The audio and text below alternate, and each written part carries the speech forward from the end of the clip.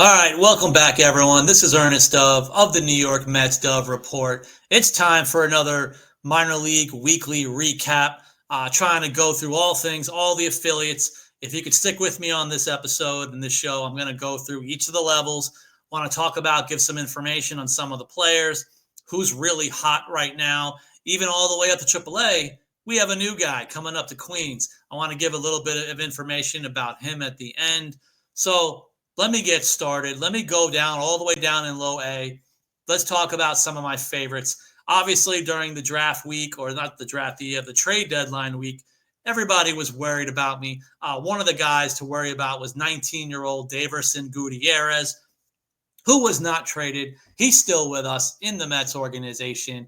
In the last week, he has hits in 4 of the last 5 games. And overall, 3 games span, extreme small sample size alert. But so far in August, 3 games, 3 walks, 0 Ks. So he hasn't struck out yet in August. But again, that's been a theme for the young Daverson Gutierrez. He's only 19 years old. He's been holding his own all year now in low A. He's got a pretty good, solid walk rate. The K rate is low enough, especially at his age. I heard a lot of good things about him a few weeks ago about his makeup, his ability to kind of balance things out, whether he has tough times behind the plate. If he has some throwing errors, it won't affect his game at the plate, and vice versa. It also shows leadership qualities as well. Some of the good stuff I've been hearing about Daverson Gutierrez, and here we are in August, somewhat having a bit of a hot start now. Uh, One of the guys I want to bring up, very excited, super happy to hear that former 20th round pick Eli Ankney is back in action. He finally came back again from another minor injury. So he came back, pitched 1 inning. It was a hitless inning. Amongst everything else in that only 1 inning pitched, he topped and was clocked at 96 miles an hour. That might be the highest he's ever been clocked as a professional. This is really good and exciting times to think about it. If I were to think more, maybe realistically, I'm hoping that Eli Ankney at his best could be 93, 94, possibly even 95.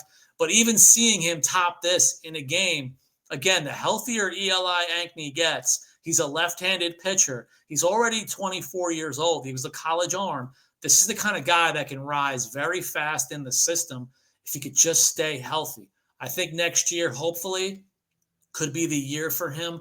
It'll be another year coming off his surgery, even the minor injury this year after he came back. So by 2026, you could see Eli Ankney at the AA, AAA level. He could be one of those guys. Maybe like another future Waddell of sorts, maybe not as a bulk long inning guy, but as a lefty reliever. One of the other pitchers I want to talk about, I love bringing him up as much as possible. I believe he's still only 20 years old, Jose Chirinos. And again, I keep mentioning him because he does have the modeled delivery of Jacob deGrom. That's who he modeled it after. He had one of his best outings of his young pro career, 5 shutout innings in the past week, 0 walks, and 6 Ks. He's one of the young arms now. When you have a guy like Aracena being traded, you still now have a guy the same age in Jose Chirinos. He doesn't throw as hard as Aracena, but he can still get pretty hard on his fastball. He's got enough of his mixing and matching that he does with his pitches. He's probably a bit more low 90s kind of guy, perhaps, maybe into 93, 94.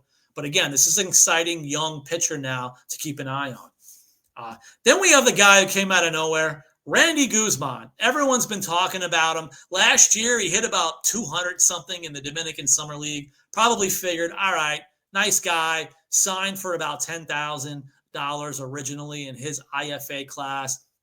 All good. See what you can to develop him. Then all of a sudden this year, career numbers. Last year and this year are not the same person. So after pretty much doing extremely well in the Florida Complex League all year, he finally gets the call up now at the end of the year to low A. And again, small, 9-game sample size. He's already hitting 333 in the 9 games. 3 walks, 4 Ks, which, by the way, that's pretty much his lowest K rate, lower than it's been in Florida Complex League. I have no idea how much this is going to happen, how long it will last. Again, outfielder Randy Guzman. He's only 20 years old. I believe he was like a late IFA signing. So he's one of those guys that didn't sign at 16-ish, 17. He signed a little bit older. That's also why young men like this get the much smaller bonuses when they don't sign until possibly 18, 19. But again, this is an amazing year that he's putting up right now. I just want to know what's going to happen with Randy Guzman, but you better keep an eye on him. As far as the draft picks, I want to bring up the top 2 draft picks. They've both made their debuts now in the last week or so with the St. Lucie Mets. Antonio Jimenez, what's the bad? Oh, he's only 1 for 14. That's scary. But you know what? 1 strikeout out of the 14 at-bats. So, you know what? He's in college. It's the draft year. He's getting some reps in, which is all that really matters right now for the draft picks. And again, 1 walk, 1 K in the 14 at-bats. I'll take it all day long. As far as the top pick, Mitch Voigt, they have one of the videos on the St. Lucie Mets social media account. Showed, I believe it was an infield single. We'll count that as a line drive in my future scoreboard. But he's 1 for 6. He has a walk and 2 Ks. Again, this is just guys getting their reps in. All that really matters is getting used to the organization for the end of this year for the draft picks. We really don't got to worry about the stats. But again, it's good to see them. Now, as we move to high A, I want to get into some familiar names that I talk about a lot. I want to start with A.J. Ewing, who, by the way, A.J. Ewing, thank God, is still with the Mets organization. I was reporting before the trade deadline there was some sniffing around, specifically from the Marlins organization. But obviously, the Mets never ended up making any trades with the Marlins. So I still have my A.J. Ewing. So do you. And by the way, three multi-hit games now in the last 4 played. And that's after hitting 291 in July. And by the way, the month of July, A.J. Ewing, I believe, by the specific numbers, it might be his lowest K rate for any month this season, happened in July. So the K rate has gone down. The hitting is still going. He still steals a lot of bases. This could be a really exciting prospect. I see a lot of him in the outfield. Hopefully he can stick in the outfield. You know we have plenty of infielders anyway. So A.J. Ewing as a possible center fielder in the future as well. Have that in the mix. The other guy's got to talk about, I've been mentioning him a lot online, Boston Barrow. He's the guy. Again, I'm not sitting here comparing players, but pound for pound, I lost my beloved Jesus Baez at the trade deadline. But guess what? You have a guy like Boston Barrow who can play all 3 of the same positions, second, short, and third.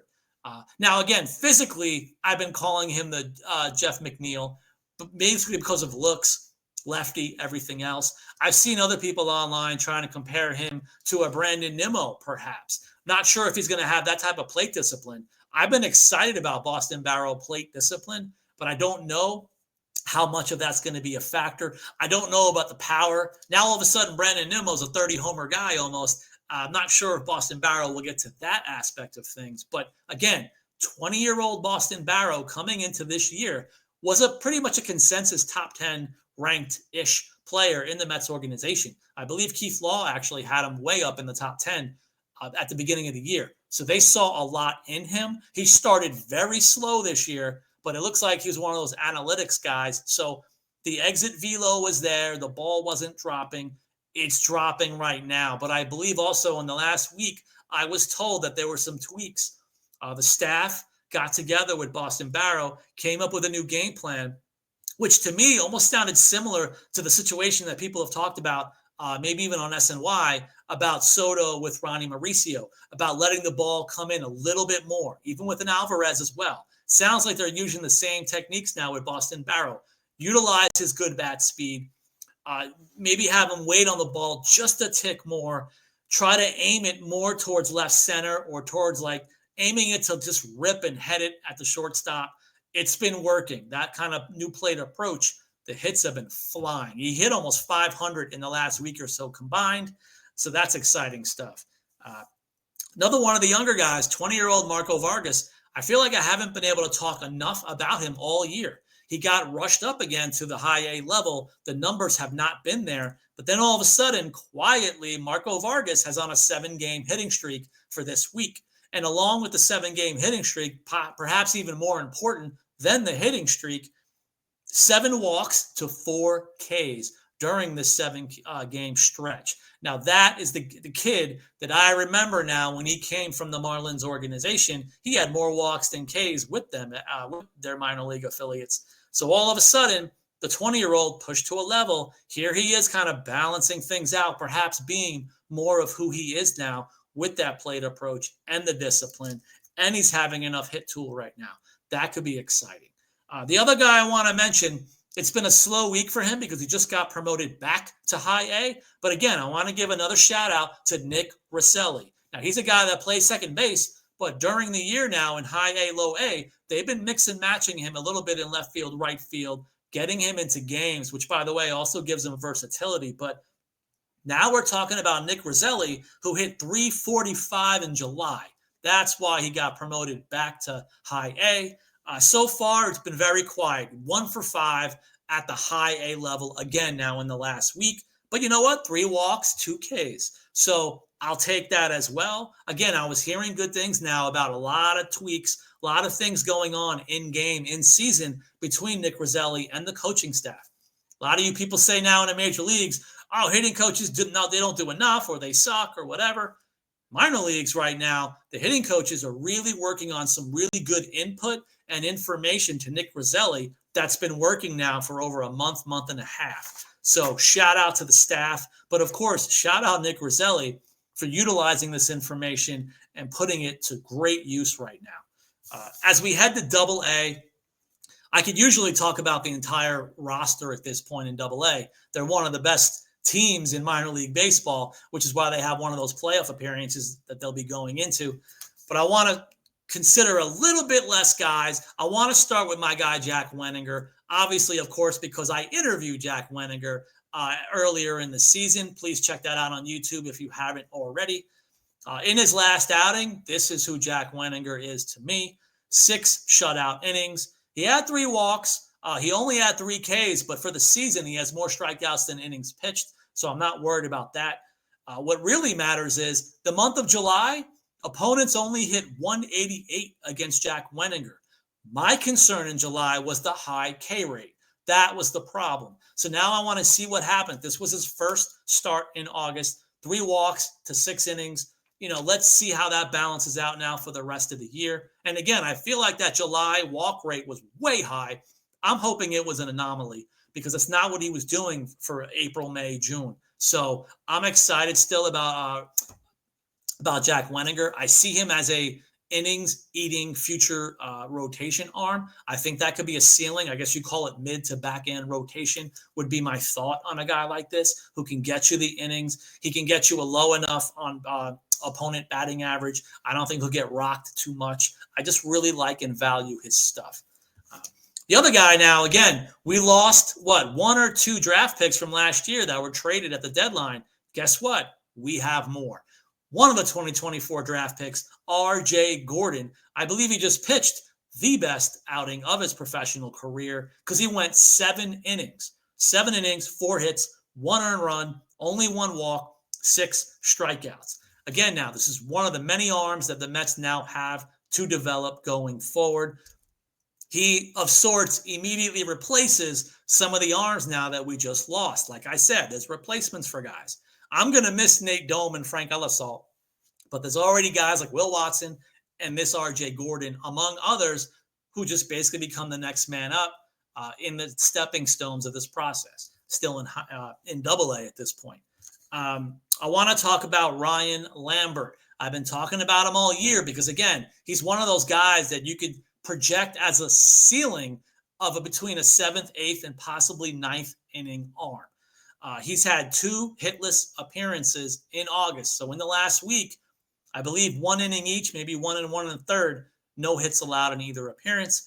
In the month of July, opponents were only hitting 207 against him in the month. I still like him a lot. Again, obviously, he's still in the organization. The team needs pen arms. We see what's happening in the major league level. I see Ryan Lambert as one of those back-end potential guys that they need to develop.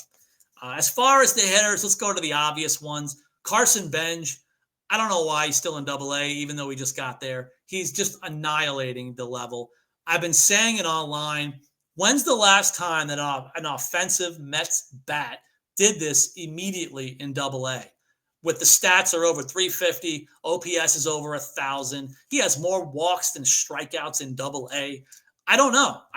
Does it compare to like David Wright, Pete Alonso, Jeff McNeil, Michael Conforto? Those are the kind of bats that it looks like they've developed right now, possibly in a Carson Bench, which is also why I'm continuing to say I don't think we see Carson Bench in the majors in 2025 because he's going to have to play every day. Now, if things work themselves out for a negative reason, maybe they push the envelope at the end of the year. I don't think it's going to happen. Even as far as a September call-up, if that's an option, I would still think the Mets are going to go with Acuna. They're used to him. Even he's still an early-ish guy, obviously, to the major leagues, but they know what they have in Acuna. They may call him up to do exactly what he's done. Run, play some defense. I don't know about 2025 for Carson Bench, but by 2026 in spring training, it could be interesting to see if he could actually win a spot a la Pete Alonso right out of camp. That'll be a fun experience. But first things first, he's got to get to AAA like now to try to get some AAA at-bats and experience. The other guy is Jet Williams. Jet Williams still deserves his spot amongst the top. Now, you know what I've been saying. I have Carson Bench now, little bit ranked ahead of Jet Williams on my own personal top 30, 50, 100 Mets prospect rankings. But Jet Williams has been steady all year. He's been hitting over 270 the entire year. The stolen bases are there. Again, I've been saying it ad nauseum. He's still playing a lot of middle infield. Don't know why he's not playing more and more center field, just to see if that's an option for him. One thing to keep an eye on is in June and July, I feel like the K rate has ticked up a tad for Jet Williams. So that's something I want to keep an eye on as well. And it's probably another reason why I want him to get to AAA. I want to see what he can do at the AAA level with a lot more of those veteran pitchers, those guys in their 30s fighting their way back, throwing their junk and the sliders away and everything else. I want to see how Jet Williams handles it.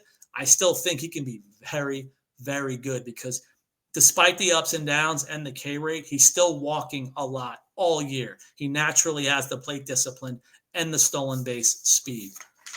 At the final level, got to talk about Tom Hamill a little bit. Again, the numbers have been up and down. You know what? The numbers for Dom Hamill basically represent his entire professional career. He has electrifying outings, and then he has not so good outings. That's been continuing even through now, even through May, when they made him more of a full-time reliever. Dom Hamill still has like an inning, 2 innings, scoreless, hitless. Then he'll have a game giving up 2-3 runs with 2-3 walks. But that's what's happening in May and June. But then about July-ish into August, by the way, I said it online, maybe the reason why Dom Hamill's is here right now is for 2 reasons. One, he's going to be Rule 5 eligible again anyway, so you never know. Might as well see what you have in Dom Hamill. The other thing is he's gone over 17 innings at this point without issuing a walk.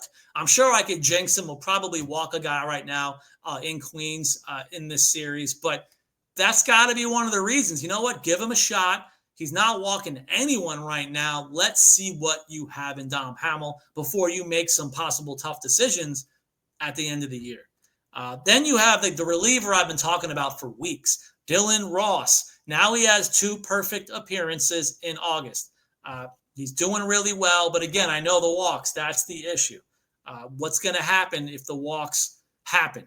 For me, with a Dylan Ross, again, not comparing players, but you want to talk about people replacing others, I think Dylan Ross could be another version of Ryan Stanek. So, again, people are mad at Stanek right now because he's struggling. But again, you have that guy that throws 98 to 100 plus as an arm out of the pen who can go 7th, 8th inning at his best, which the Mets have utilized Stanek. I think Dylan Ross could be a newer version of him going into next year. I don't know if they'll squeeze him in this year. They may need him. But again, now, with even guys like jumping Bench, you're going to need something unfortunate to happen for a Dylan Ross to get his way up. So I kind of don't want to see him because of the reasoning. But I'm still excited about Dylan Ross then going into next year. Because, by the way, he has to be Rule 5 protected this December, which I think they're going to have to do. So hopefully he's going to be on the roster anyway. So let's see if they want him now rather than later. Got to get into ending it with the main two pitchers in the organization now, besides Tom, who's still in Double-A. Brandon Sproat, he had 5 scoreless. And by the way, 9 strikeouts in this 5 innings in this last outing. That's important because all year, Brandon Sproat, the K rate, has been down all season. All of a sudden, July into August, he's had multiple outings of at least 8 to 9 strikeouts, maybe 2 or 3 in the last month, which he basically had almost none all of the season to this point. So it looks like things are finally clicking with the stuff I've been telling you about on here, about things the staff was working on him with from winter into spring. Looks like things are finally coming to fruition for Brandon Sproat. As far as Nolan McLean, he had the bad outing a couple of outings ago, but this recent outing last week looks back to normal to me. 6 innings, 3 hits, 2 earned runs, 3 walks, 6 strikeouts. In the month of July, opponents only hit 204 against Nolan McLean. When are they going to get called up? I don't know. Right now, I mean, is one of them going to replace Montas?